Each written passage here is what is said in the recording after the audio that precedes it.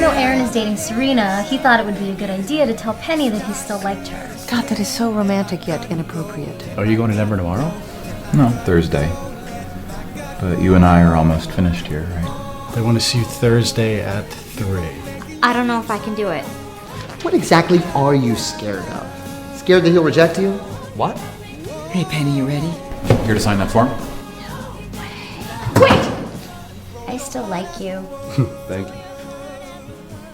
What? We're at the wrap party of Submissions Only Season 2. We are in the party area of Southern Hospitality, and we are celebrating our 8 completed episodes. We had so many amazing guest stars, and I feel like I was starstruck for all of them, but I'm also starstruck for the people that are not necessarily guest stars. I'm starstruck by my entire cast because I just think they're so amazing. For Penny, she is a very typical actress in New York who has some success, but a lot of rejection, a lot of failure, and various storylines get intertwined when the object of her affection, Aaron Miller,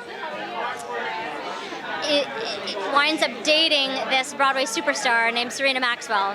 Aaron Miller is played by Santino Fontana. Serena Maxwell is played by Donna Vivino.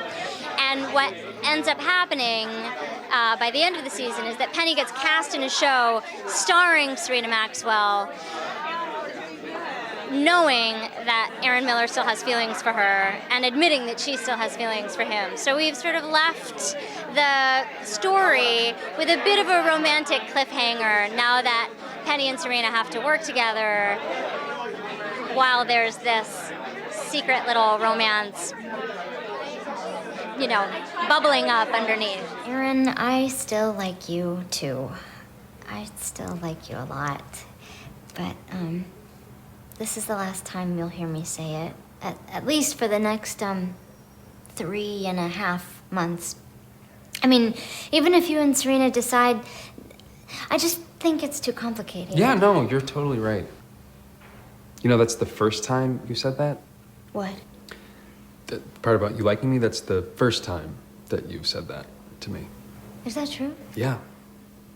You had a very ephemeral quality to your declaration. That's a big word for a delicate situation. Well, I am trying to impress you. You don't need to try.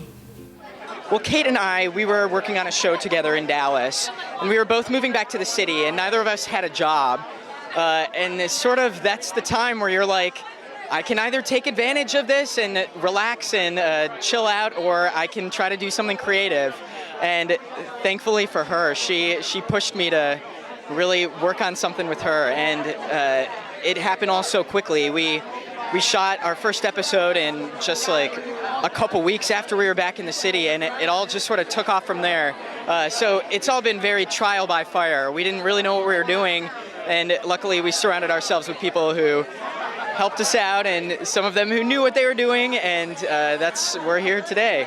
I played Donnie Rich, who makes occasional cameos in the show. For the most part, though, I am behind the camera, trying to micromanage that whole like technical aspect. So it's fun to once in a while get to jump in front of it too. I think the best part of the whole experience is the fact that we were able to create a vehicle for our friends who I think were so talented, and a lot of them haven't been given the platform to show how brilliantly funny and subtle and hilarious and complicated they are as actors. So to get to be on set and just hang out with our buddies and all the while create something that is so special to all of us, I think has got to be the greatest thing. When Kate first approached me, I just thought it was going to be a few episodes and sort of just this thing that a bunch of friends were getting together to do as a hobby. And now, you know, we were written up in New York Magazine, which is so cool, and Entertainment Weekly, and now it's been 2 seasons, which is awesome. You know, I get stopped on the street all the time, and I had no idea that it was going to be like this.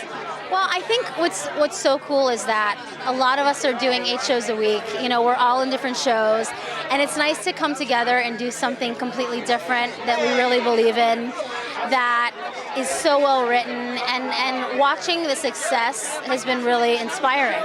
You know, I was just talking earlier, I think it's really cool to see that when you believe in something and you really want to develop your own work, you can, and it can be successful, and people will take notice. I don't think anybody had any idea what it was going to become, and more importantly, that people were going to be excited to tune in once a month and watch it. You know, we're just excited that people are viewing it and enjoying it and telling their friends, and that's just the most gratifying thing ever. It's like our little baby is grown up.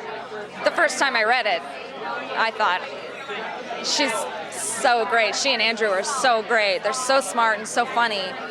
I mean, it would have been a shame if it didn't go anywhere, you know? I'm so proud to be a part of it, and I'm proud of all the work that Kate and Andrew have done in kind of creating the whole thing. Kate and I actually met in real life in an acting class, so it's been kind of a parallel.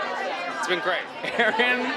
Aaron went out of town in an exciting play that turned out to be a disaster, and then he came back and he was the only person not fired, and then got terrible reviews, and goes into a depression and ends up dating this girl who wants to date him only for the wrong reasons, and he keeps thinking about Penny.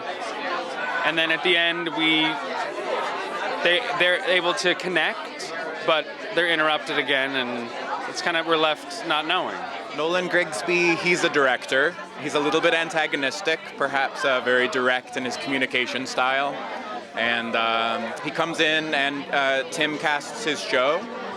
And I think throughout the course of the season, Tim and Nolan find themselves kind of latent parts of themselves maybe start waking up. And they find themselves having some chemistry that was unexpected at first. And by the end of the season, Tim's character makes a huge kind of an energetic leap. Yeah.